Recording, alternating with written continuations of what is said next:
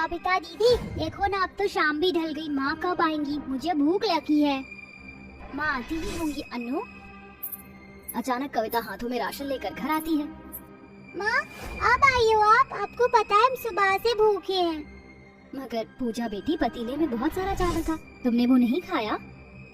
माँ वो चावल तो गर्मी के कारण सुबह ही खराब हो गया। दादी माँ भी सुबह से भूखी है। ठीक है बच्चियों, मैं जल्दी से खाना बनाती हूँ।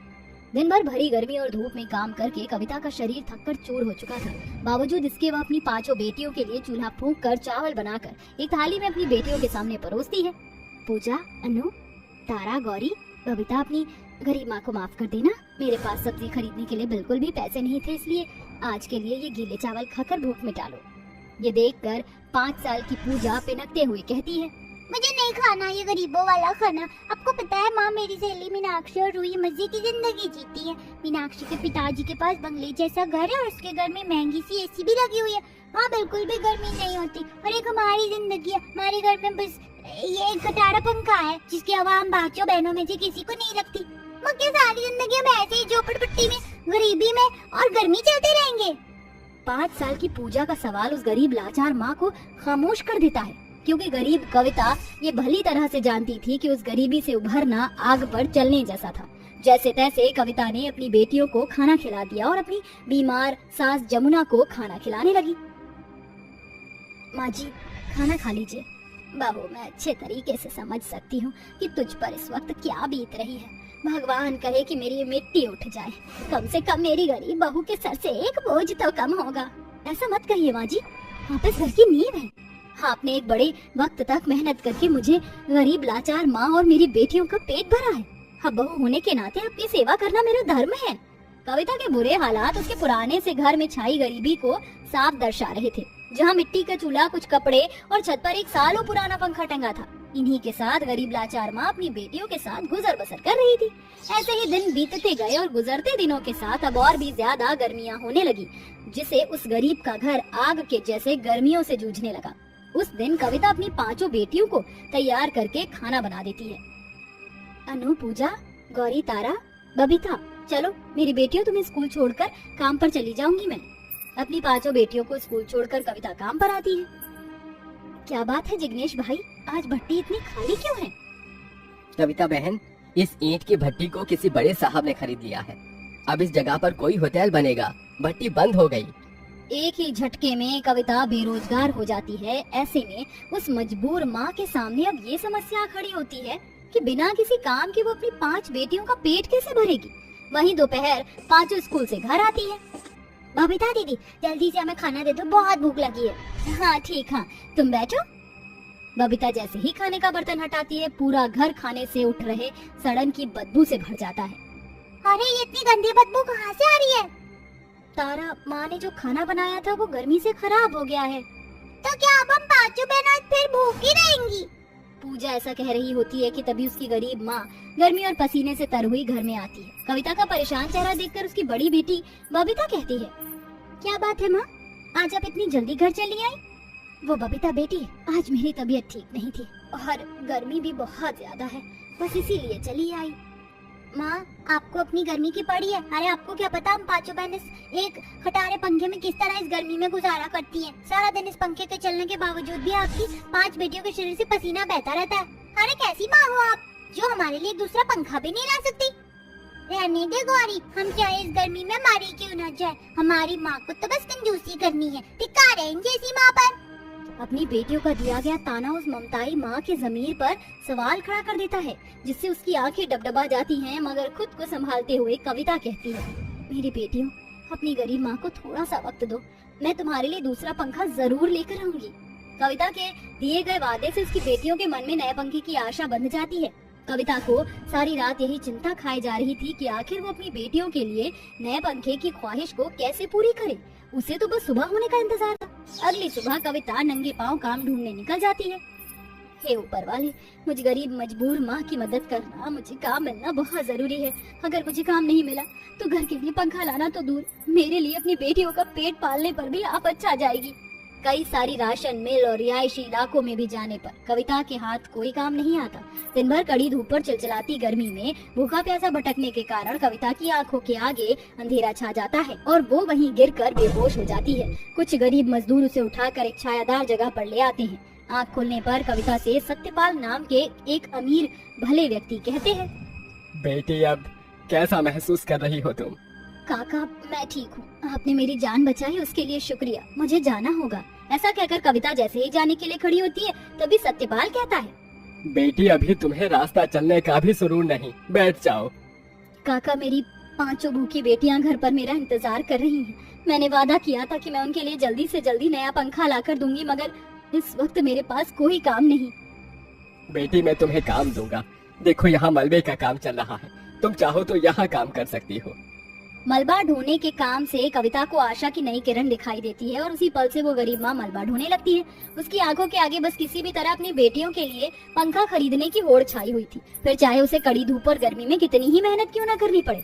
उस लाचार माँ की लगन और तपती धूप में की गई तपस्या देखकर सत्यपाल उसे पैसे देते हुए कहता है, ये लो बेटी, तुम्हारी आज की पगार और ये 1 हफ्ते का एडवांस। इसे आज ही तुम अपनी 5 बेटियों के लिए पंखा ले आना। बहुत बहुत शुक्रिया काका, आप नहीं जानते, मुझ पर विश्वास करके ये पैसे दिए, आपका शुक्रिया। मैं चलती हूँ। इसके बाद कविता सीधे पंखे की दुकान पर जाकर एक हवादार पंखा खरीद कर घर आती है और उसे दूसरे में लगवा देती है। साथ ही पुराने वाले पंखे का भी एयर कंडीशनर बदलवा देती है, जिसके बाद दोनों पंखे तूफान की तरह चलने लगते हैं, जिससे उसकी बेटियों की खुशी का तो ठिकाना ही नहीं रहा। ये पंखा कितनी ठंडी ठंडी हवा कर रहा है। हाँ पूजा, अब हम 5 गरीब बहनों को गर्मी में नहीं सोना पड़ेगा। आज तो हमें इन पंखों की हवा में सुकून भरी नींद सोने को मिलेगी। जहाँ एक तरफ एक और पंखे के आ जाने से कविता की 5 बेटियों की गर्मी सुकून भरी बीतने लगी, वहीं कविता हर दिन चिलचिलाती हुई कड़ी धूप और गर्मी में मलबा ढोती ताकि अपनी बेटियों का पेट भर सके। धीरे धीरे सारा दिन भूखे प्यासे रहने के कारण कविता का शरीर गलने लगा, जिससे बबीता का मन इस बात में घुलने लगा कि ऐसा क्या किया जाए कि घर का चूल्हा भी जल सके और कविता को कड़ी धूप में मलबा ढोने या भरी गर्मी में ईंट ढोने जैसा कठिन काम न करना पड़े। माँ, मैं सोच रही हूँ कि अब से मैं भी आपके साथ काम पर चलूंगी। आप हमारा पेट भरने के लिए खुद भूखी प्यासी रहकर काम करती हो और अपना बिल्कुल ख्याल नहीं रखती। बबीता बेटी, मेहनत नहीं करूंगी तो तुम 5 का पेट कैसे भरूंगी और तुम्हारी जरूरत कैसे पूरी करूंगी? माँ, मैं आपके साथ काम करूंगी बस। बबीता के बार बार कहने पर कविता उसे मलबा ढोने के काम पर लाती है। अब कविता के पैसे से घर का दाना पानी चल जाता और बबीता अपनी कमाई को बचाकर कुछ ही महीनों बाद अपनी माँ के लिए एक परचून की दुकान खोल देती है, ताकि अपनी गरीब माँ को गर्मी झेलने से बचा सके। माँ, अब आपको मलबा ढोने या भरी गर्मी में भट्टी की आग में झुलस कर ईंट नहीं ढोना पड़ेगा। अब आप परचून की दुकान चलाइए। इसमें आपको खून पसीना नहीं बहाना पड़ेगा, बल्कि आप छांव में बैठकर काम करेंगी।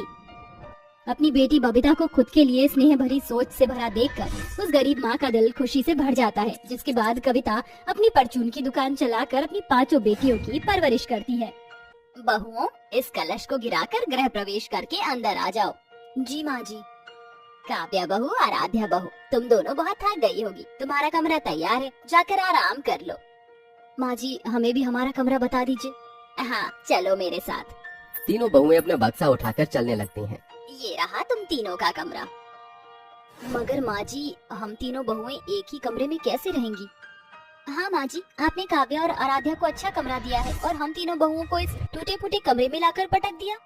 ज्यादा नखरे मत करो, तुम तीनों कोई टाटा बिरला की बेटी नहीं हो। ये कमरा तुम्हारे मायके की झोपड़ी से कहीं ज्यादा अच्छा है। एक तो तुम्हारे बाप ने दहेज में खोटा सिक्का नहीं दिया, मगर आराध्या और काव्या भर भर कर दहेज लाई हैं, इसलिए उनका मुकाबला मत करो। कल तुम्हारा ससुराल में पहला दिन है, अब सो जाओ। लीला अपनी तीनों बहुओं को उनकी गरीबी के लिए भर भर कर तीखे ताने देकर चली जाती है, जिससे तीनों की आंखों में आंसू भर आते हैं और रूबी रोते हुए कहती है, इसीलिए कि हम गरीब हैं, माँ जी ने हमारी गरीबी की हंसी उड़ाई और हम सुनने के सिवा कुछ न कर सके। रूबी चुप हो जा, चलो अब सो जाओ, कल हमारा ससुराल में पहला दिन है। लीलावती स्वभाव से बहुत ही कंजूस और लालची किस्म की थी, इसलिए जब पंडित घर जोड़े राम ने उसे काव्या और आराध्या का रिश्ता बताया तो लीला की नजर उनके काले रंग के बावजूद उनकी अमीरी और ठाट बाट पर गड़ गई और वो उन्हें बहू बनाने के लिए मान गई। मगर न चाहते हुए भी लीला को अपने तीनों बेटों की शादी गरीब ऐश्वर्या, आस्था और रूबी से करनी पड़ी। सुबह के 4 बज रहे थे, तभी लीलावती जोर जोर से अपनी गरीब बहुओं के कमरे का दरवाजा पीटती है। इतनी सुबह सुबह कौन अलार्म की तरह दरवाजा बजा रहा है? ऐश्वर्या बहू, आस्था बहू, रूबी बहू, अरे दरवाजा खोलो। सास की आवाज सुनकर बहुएं कमरे का दरवाजा खोलती हैं। अरे कुंभकर्ण के साथ मीटिंग कर रही थी क्या, जो दरवाजा खोलने में इतनी देर लगा दी? या फिर कहीं तुम तीनों के कानपुर में हड़ताल तो नहीं पड़ गया? आज तुम्हारा ससुराल में पहला दिन है और तुम मजे से अभी तक घोड़े बेचकर सो रही हो। मगर माँ जी अभी तो रात के 4 बज रही हैं। अरे अभी से साफ सफाई शुरू करोगी तब काम खत्म होगा। शादी ब्याह के कारण पूरा घर फैला हुआ है। रूबी बहू तू जाकर बर्तन मांझ और ऐश्वर्या बहू तू घर बाहर कर आंगन अच्छे से लीप देना और तू आस्था बहू मंदिर साफ कर देना। जी माँ जी। लीला तीनों बहुओं को ससुराल का काम बांट रही थी, तभी काव्या और आराध्या भी वहाँ आ जाती है। माँ जी हमें भी काम बता दीजिए। काव्या बहू, आराध्या बहू, तुम दोनों को काम करने की क्या जरूरत है, जाओ जाकर आराम करो। यह सुनकर आस्था, ऐश्वर्या और रूबी अंदर ही अंदर जल भुन जाती हैं और रूबी भड़कते हुए कहती है, माँ जी शादी तो हम पांचों की एक साथ हुई है और हमारी तरह काव्या और आराध्या का भी आज ससुराल में पहला दिन है, फिर आपने इन्हें कोई काम नहीं दिया। रूबी बहू तू अपने काम से काम रख, समझी ना, ज्यादा बड़बोली बनने की कोशिश ना कर। ये कहकर सास वहाँ से चली जाती है और तीनों गोरी घमंडी बहुएं गुस्से से तिल मिलाकर काव्या और आराध्या को अकेला पाकर उन्हें कालेपन का ताना कसती हैं। देख लो ऐश्वर्या, रूबी, इन काली कलूटी की तो ठाठ है। पता नहीं इन जली उपली ने सासू माँ को कौन सी घुट्टी घोलकर पिला दी है, जो सासू माँ ने इन दोनों को सर आंखों पर बिठा रखा है। पैसा बोलता है मेरी जान, ये सारा खेल पैसे का है। तुम तीनों के मन में हम दोनों के लिए इतनी कड़वाहट क्यों भरी हुई है? क्योंकि तुम दोनों काली कलूटी बहुओं के आगे सासू माँ को हमारी कदर ही नहीं है। ये कहकर तीनों गोरी घमंडी बहू अपने अपने कामों में लग जाती हैं और सारा काम खत्म होने के बाद लीला हाथों में खाने की लिस्ट लेकर किचन में आती है। माँ जी ये लिस्ट किस चीज की है? ये खाने की लिस्ट है जो आज तुम्हें अपने ससुराल के पहले दिन की रसोई में बनाना है। शाही पनीर, छोले, पूरी, राजमा, पुलाव, गुलाब जामुन, गाजर का हलवा, सोयाबीन चाप, मिक्स वेज, तंदूरी रोटी। माँ जी क्या हमें अपने ससुराल के पहले दिन की पहली रसोई में इतना सब कुछ बनाना पड़ेगा? अरे तुम तीनों तो ऐसे कह रही हो जैसे मैंने तुम्हें हिमालय का पहाड़ तोड़ने को कह दिया। मगर माँ जी हम तीनों इतना सब कुछ कैसे बनाएंगी? पहली रसोई तो हम पांचों बहुओं की होनी चाहिए। अरे तुम तीनों को बहू बनाकर क्या मैं झक मारने के लिए लेकर आई हूँ जो तुम्हारे रहते आराध्या बहू और काव्या बहू को किचन में कच्ची चमचा चलाना पड़े? चलो अब शुरू हो जाओ। तीनों बहू गुस्से में बुदबुदाती हुई किचन में आकर पहले रसोई में खाना बनाती हैं। कुछ देर बाद कितनी देर हो गई मगर हम तीनों ने अभी तक अपनी पहली रसोई में कुछ भी नहीं बनाया है। मैं पिछले 2 घंटे से हलवा बनाने की कोशिश कर रही हूँ मगर हर बार ये हलवा पानी की तरह पतला हो जा रहा है। और मुझे तो पता ही नहीं कि छोले और राजमा में कौन कौन से मसाले डालते। हम तीनों को माँ की बात मानकर खाना बनाना सीख लेना चाहिए था, मगर हम तीनों को अपने अमीर ससुराल को लेकर ख्याली पुलाव पकाते रह गए। अगर हमने पहली रसोई की रस्म अच्छे से नहीं पूरी की तो आज ससुराल के पहले दिन ही सासू माँ हमारी रिमांड लगा देंगी। अचानक आराध्या और काव्या किचन में आती हैं और तीनों का परेशान चेहरा देखकर पूछती हैं, क्या बात है, तुम सब परेशान क्यों हो? तुम काली कलूटी क्या कहीं की प्राइम मिनिस्टर हो जो हमारी परेशानी हल कर दोगी?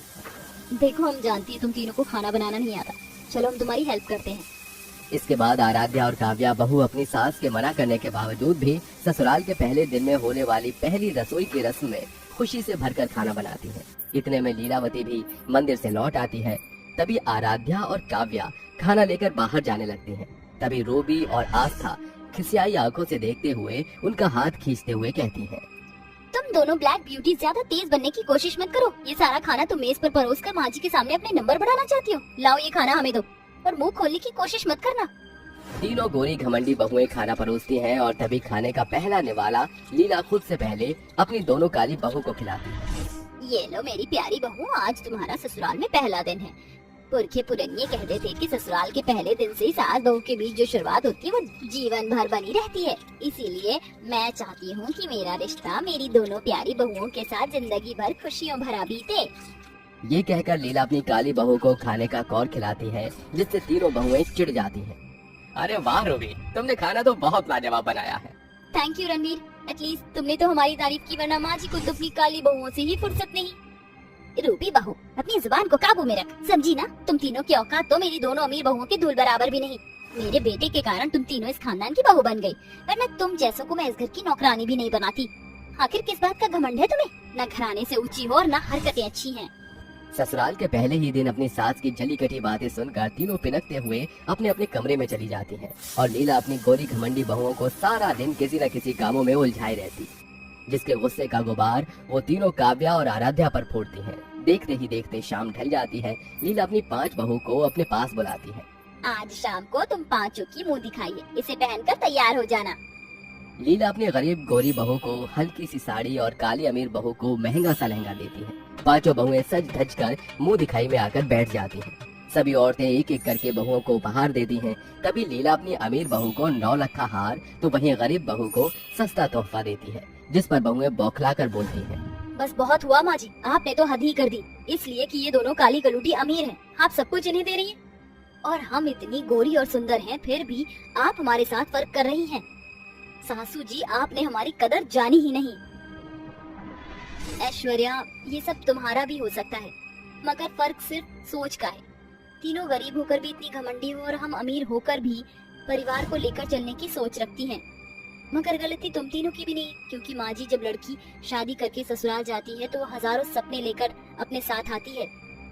आप उन्हें समझ नहीं सकी। ये सुनकर लीला की आंखों पर पड़े लालच का पर्दा हट जाता है। आराध्या बहू बिल्कुल ठीक कह रही है। तुम तीनों मुझे माफ कर दो बहुओं। गलती तो हमसे भी हुई है। काव्या और आराध्या, हमें भी माफ कर दो। तुम दोनों बहुत ही अच्छी हो। हमें तुमसे और तुम्हारी अमीरी से चिढ़ना नहीं चाहिए था। इसके बाद काली और गोरी बहुएं एक दूसरे के गले लग जाती हैं। इस तरह 5 बहुओं के ससुराल का पहला दिन कुछ खट्टे तो कुछ मीठे एहसासों से भरा हुआ बीतता है।